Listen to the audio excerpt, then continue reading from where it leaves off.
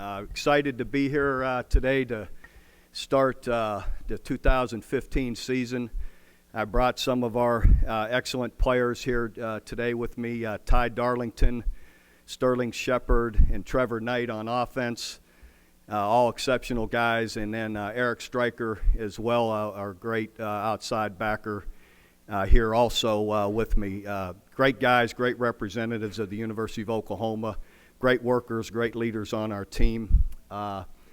Again, excited, after last season finishing, just overall having a disappointing year when you're used to, I think, 12 of the previous 14 years we had 10 or more wins, and you go 8-5. It's not up to our standards and our expectations as a program for sure. So you can look at it different ways, of course. We look at it also in some of those games where one play away, maybe in a few of those games, to having a chance to have a couple more wins if you don't give up one play on defense, or you don't have a turnover for a touchdown, you don't miss a field goal, you don't punt the ball one more time if you a poor decision by a coach.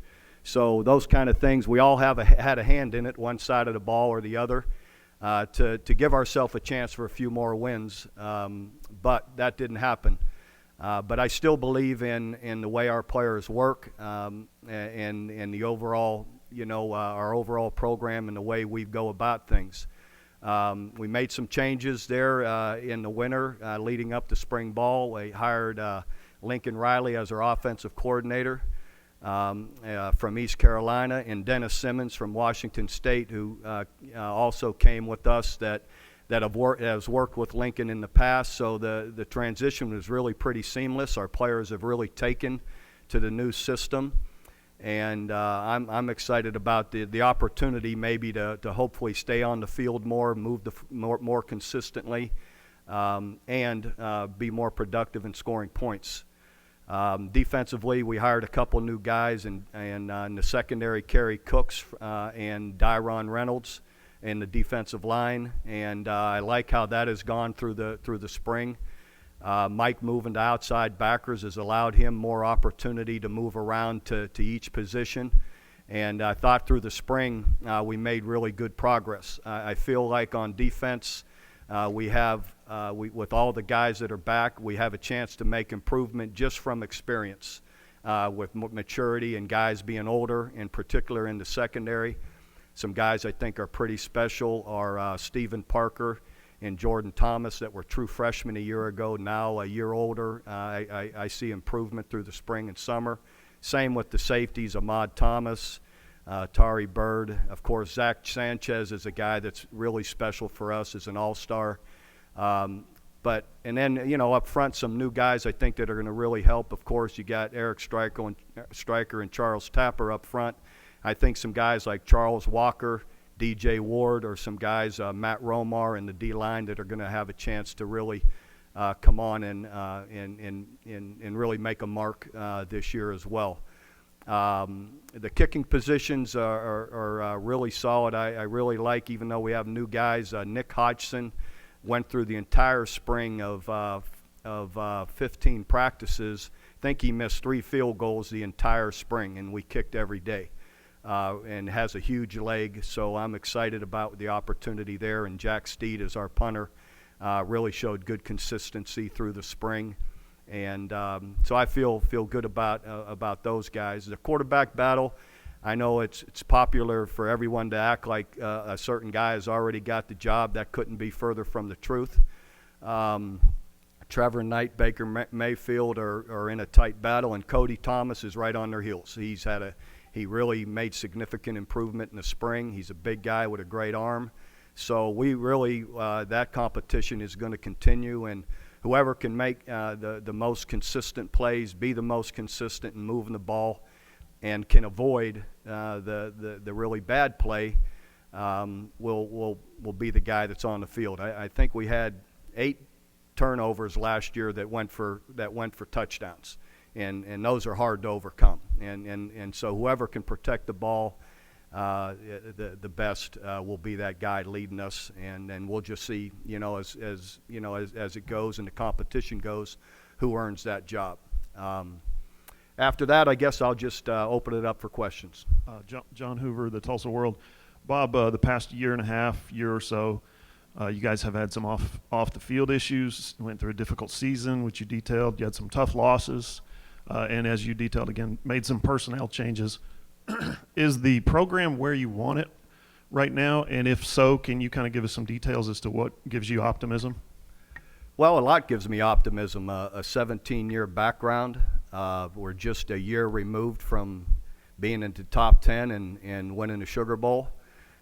So, you know, that doesn't, and then, you know, prior to that, there's been a lot of success and a great track record of success, not only from myself, from our administration, from the way we direct this program. And, you know, I look around the country, we're probably not the only team that's 8-5 or 7-6, and on and on and on. And I look at a track record of 12 of the last 15 years, we've had 10 or more wins. And I don't think anyone else has done that in the country with that kind of consistency. And that doesn't dissipate in a year. Coach, it's Anwar Richardson from Orange Bloods. Coach, there's been a lot of programs on the college and pro level that have distanced themselves from men who have committed domestic violence against women. Why haven't you distanced yourself from Joe Mixon? Well, we have, first let me say that there is no place for it. It should never happen. There's not only domestic violence, but there's violence towards women. There's violence in general. None of it should be tolerated, and it has been disciplined. We disciplined in a certain way, depending on, you know, what the circumstances we have. And, you know, these guys have had significant penalties. They've had a lot of other, you know, internal measures to meet and to stand, you know, to rise up to. And if all those were met, then they have the opportunity to redeem themselves and hopefully grow from their experience. And we also feel that being an educational institution in the age of these young men, they deserve an opportunity to do that. And it's our job to help them. But they also know that we have some very high standards for them to meet. And if they're not met, then they won't be with us any longer. Kellis Robinette with the Wichita Eagle. Coach, you have a lot of experience with Bill Snyder. I was wondering if you could tell us what you saw in him working with him years ago that signaled to you that he would continue to have success far into the future and still do it today. You know, I was so fortunate to be a graduate assistant on that Iowa staff, and I don't need to name all the guys that are there that have been head coaches and mentors of mine, and my biggest mentor is the D coordinator, Bill Brazier, who wasn't a head coach. But Coach Snyder's a guy that I worked really directly as a young coach running the defense against his offense. So I was running the scout team. So I had worked with Coach for 4 or 5 years before he got the job at Kansas State, and I was just so lucky that he called me right away to go with him to have a chance to coach the secondary. And I think the things that stood out to me at the time were his attention to detail, his great determination, you know, and just how wise he was, how smart, you know. And I think, too, that I had great confidence in him because what we turned the program around at Iowa, and I was there when it did turn around, and he was such a part of it. And I got to see it firsthand, and actually one of the players that helped, you know, make that happen. So I learned a lot in that period of time with Coach Snyder at Iowa, and then, of course, more as I got to work with them at Kansas State for those first 7 years. Brian Baldinger, Fox Sports. Right-hand side, Coach. Right here.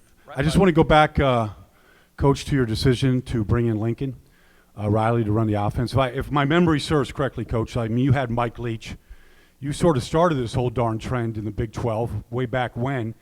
It's almost like you got to play catch-up right now. What have you seen just from the coaching techniques, the style of offense? Is it reminiscent of what you remember with Mike Leach? Is it what you've seen trying to defend this each and every week? You know, it is. You know, my primary reason is, you know, I believe in the offense. It's what we started with. As you said, we kind of made it popular when I hired Mike from Kentucky, from Hal Mumme, and then it spread. And I looked, you know, as I was looking to hire somebody, I looked at what are the top total offenses in the country. I looked at what are the top 15 total offenses in the country and 6 of the top 13 were from this family from Hal Mumme, Mike Leach, however you want to put it, from this family of offense. And so I look back and I thought, well, here we are. I made it popular 17 years ago and have worked it, and then here 17 years later, I'm the only one not doing it. And I just felt that it'll give us more opportunity, hopefully, to stay on the field longer, eat up more yards, gain field position, and score points. But we've yet to do that, But Lincoln's had a great track record in running this offense, and believe we've got good personnel to go with, this style of offense. We're very aware of the quality of backs that we have and feel that we'll take advantage of that, and that'll mesh really well with what Lincoln wants to do. Dean Blevins, News 9 Sports, Oklahoma City. Bob, can you give us an update on Baker Mayfield's shoulder fatigue, and if there's a concern with him having shoulder fatigue in the summer, how that would bear out later in the season? And then also, can you compare and contrast the two, Trevor and Baker? Yeah, Baker's shoulder's healing just fine. He just a little bit overworked, and that's where we had to have a talk that no one knows your shoulder but you. You have to monitor how often or how much you're throwing, and he's recovered really well from it. He's back throwing the football now. Of course, we're monitoring how much that is, but he'll be fine once we get into two-a-days. Not expected to have any limitations, nor is Cody. Cody got a little bit sore as well, but they'll be fine. The differences with them, they're subtle. They're both really good athletes. Baker may not be straight out as fast as Trevor, but he's elusive. He's good with moving his hips and getting away from trouble. Both have to continue to improve and be sharp at going through their read progressions and where they want to go with the football. But they have a lot of similarities, really overall. Baker may have a little more experience, having played in the offense a year longer. But again, Trevor's picked it up, as Cody has, really pretty well. I'm really excited their progress in the spring. Chip Brown with HornsDigest.com, Coach, straight back here. Just talk about the defense and where you think you are defensive tackle, what you like, and where you think maybe you have the most room to grow. Well, again, I think where we'll grow the most is in the secondary, just with more experience in a year behind these guys and a year in the weight room and everything that they're doing. I really like what I saw in the spring and in the summer. In the defensive tackle spots, again, I said a guy earlier, Charles Walker, is a guy that really is a very athletic, strong, 300-pound guy for us that's got excellent speed and quickness. That's really, I think, starting to turn the corner. Along with Charles Tapper, and then inside you got Matt Romar, is a guy that I think has really come on as well. So those are just a few of the guys I think can really make a difference. Joe Bettner, Oklahoma Daily. Coach, from that first year with Samaje Perine, the year he had, what's his how he's matured and his progress, I guess, going into this second year with him, and what improvements he's made, and also if you could talk about the offensive line, you fill in some big holes with 3 NFL draft picks, and could you just talk about that? Yeah, Samaje's it's hard to improve on where he was, but I believe he will. He's such a great worker, very humble guy that's always hungry. He's really trimmed up a little bit. He probably lost 5 pounds, but he's faster and still has the same strength and maybe more strength. Another year in the weight room, so I believe he'll just continue to improve. The tackle positions, the guys that really came out of spring that really did a good job, that are older guys that have been playing for us for a few years now. Josiah St. John and Derek Forniak are the guys that we're really excited about what they're doing. The way they progressed in the weight room, but also the way they played in the spring. And again, they're guys that have played now, for a few years, and it's now time for them to step up and play consistently. Asking another question about Samaj. Gosh, do you see yourselves with somebody that talented and others running the ball a lot more than other teams and running more than you're used to?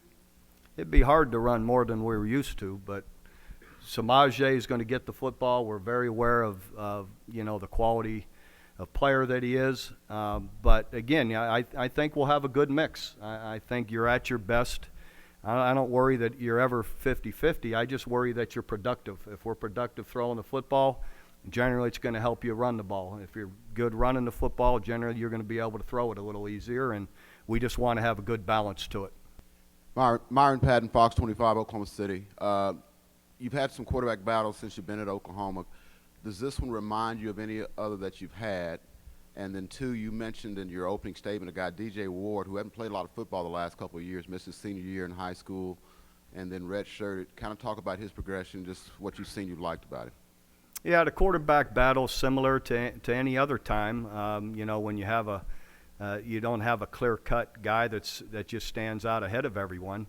So we'll let it play out. I'm not sure whatever years that would be, but again, it's nothing new. When you've been in coaching as long as I have, that happens, and again, it just gets down to letting it play out, letting guys continue to compete for it. DJ Ward is a guy that continues to gain strength in the weight room, and he's got great quickness, and again, just a guy that I saw in the spring really make good improvement. So hopefully that'll continue. Coach, since you've been at Oklahoma, Eric G. 1077, the franchise, you've had a lot of luck getting guys into the NFL draft. But what obligation, if any, do college coaches have to get their guys ready to go into the league? I'm not sure you keep going with your question. I'm not what obligation do we have? As far as getting guys ready for the NFL, which is obviously a big recruiting boost for a lot of schools, do you feel like it's your job to get them ready to go to the National Football League, or is it just to win college football games? Well, I think it's our job, if we're winning games and the better players you have and developing them, the better team you're going to have. That's where it begins, and by doing that, you are getting them prepared to play in the league. Someone showed me, I think in the last 5 years, we're like 4th or 5th in the country in number of draft picks. So I guess we're developing them in a positive way, but it also – I think if you're developing them to be an NFL draft pick, you're also developing them to be a player that's going to play at a winning level for you. And your team. So I think that comes first. But when you're doing your job the right way, it leads to being able to be a draft pick as well.